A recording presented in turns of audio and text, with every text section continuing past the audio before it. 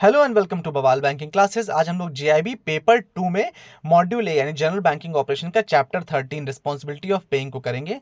Negotiable instrument act और paying bank के विषय में डिस्कस करेंगे।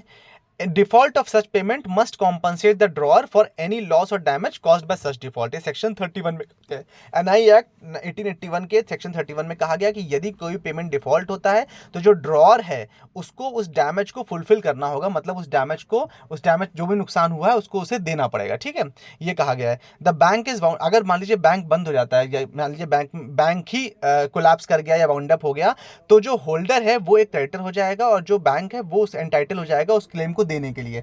ठीक है, वो क्लेम उसको देगा कि कंपलसरी है कि बैंक उस क्लेम को फुलफिल करेगा। मतलब जिसके पास चेक है, मान लीजिए सपोज आप एसबीआई का चेक लेके आए, एसबीआई बैंक वाइंड अप हो गया, तो जिसके पास चेक है अब वो हो जाएगा आपका क्रेडिटर। ठीक है, सॉरी, वो क्रेडिटर बन जाएगा और डेटर कौन हो जाएगा? बैंक हो जाएगा। बैंक की जिम्मेदारी है कि भैया वो उसका पेमेंट करे। ठीक है, अच्छा, if cheque is paid disregarding the crossing the true owner can hold the banker liable. यदि मान लीजिए उसमें क्रॉसिंग थी, अकाउंट पे वगैरह लिखा हुआ था और फिर भी चेक का पेमेंट कर दिया गया है, डेट ओवर द काउंटर कर दिया गया या गलत अकाउंट में कर दिया गया, तो इसके लिए कौन रिस्पॉन्सिबल? इसके लिए बैंक रिस्पॉन्सिबल है, बैंक की गलती मानी जाएगी। ठीक है, लॉस और डैमेज कॉज बाय डिफॉल्ट, यदि कोई भी लॉस या डैमेज होता है तो उसके लिए बैंकर लायबल होगा या जो ड्रॉई है वो लायबल हो जाएगा। ड्रॉअर से मतलब नहीं है। Banker is liable to the drawer for any loss और damage due to wrongful dishonour. कोई भी रॉन्गफुल डिसऑनर है तो ड्रॉअर के प्रति बैंकर रिस्पॉन्सिबल है, ड्रॉअर की इसमें गलती नहीं मानी जाएगी। ठीक है, before moving on I request कि आप प्लीज डिस्क्लेमर देख लीजिए, understand that this video is for educational purposes only. Liability of paying banker when customer signature on the cheque is forged.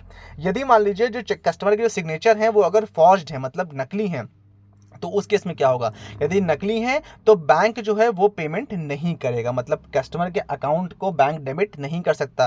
ठीक है, ये है सिंगल इंडिविजुअल अकाउंट में। यदि मान लीजिए जॉइंट अकाउंट है, उसमें किसी एक पार्टनर का जो है साइन, किसी एक जॉइंट होल्डर का साइन जो है वो फॉर्ज्ड है या नकली है, तो उस केस में भी वो बैंक जो है अकाउंट डेबिट नहीं कर सकता, पेमेंट नहीं कर सकता।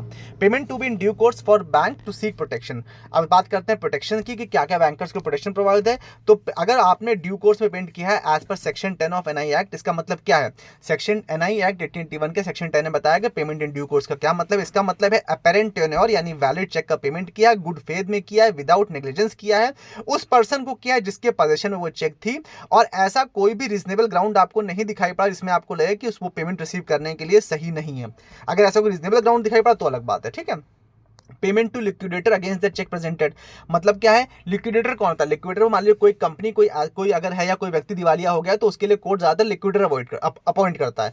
अब लिक्विडेटर जो अपॉइंट हुआ और फिर लिक्विडेटर ने कोई प्रॉपर्टी बेची, कुछ चेक आया, उस चेक को लिक्विडेटर अपने पर्सनल अकाउंट में नहीं रख सकता है। ठीक है, उस चेक को उसे ऑफिशियली एक अकाउंट खोलना पड़ेगा बैंक के साथ for the purpose of liquidation, और उसके बाद उसमें वो सारा पेमेंट लेगा उस अकाउंट में जिसका वो लिक्विडेशन कर रहा है। तो जो ऑफिशियल लिक्विडेटर है वो अपने पर्सनल अकाउंट में पैसे नहीं सकता, वो एक लिक्विडेशन पर्पस से अलग अकाउंट खोलेगा उस पर्टिकुलर केस के लिए, उससे पेमेंट करेगा। ये सब सेक्शन 85 में बताया गया है। ठीक है, सेक्शन 89 जो है वो बैंकर्स को, पेइंग बैंकर जो है उसको इस बात के लिए प्रोटेक्शन देता है कि अगर जो भी मटेरियल ऑल्टरेशन चेक में किया गया है वो बहुत अपेरेंट नहीं था, मतलब दिखाई नहीं पड़ा था, बहुत मुश्किल है उसको पकड़ पाना, तो उस केस में बैंकर को प्रोटेक्शन दी जाती है। With this we have come to this chapter also. I hope you like the session. Do like, share, comment, subscribe and don't forget to give us a feedback. Thank you so much.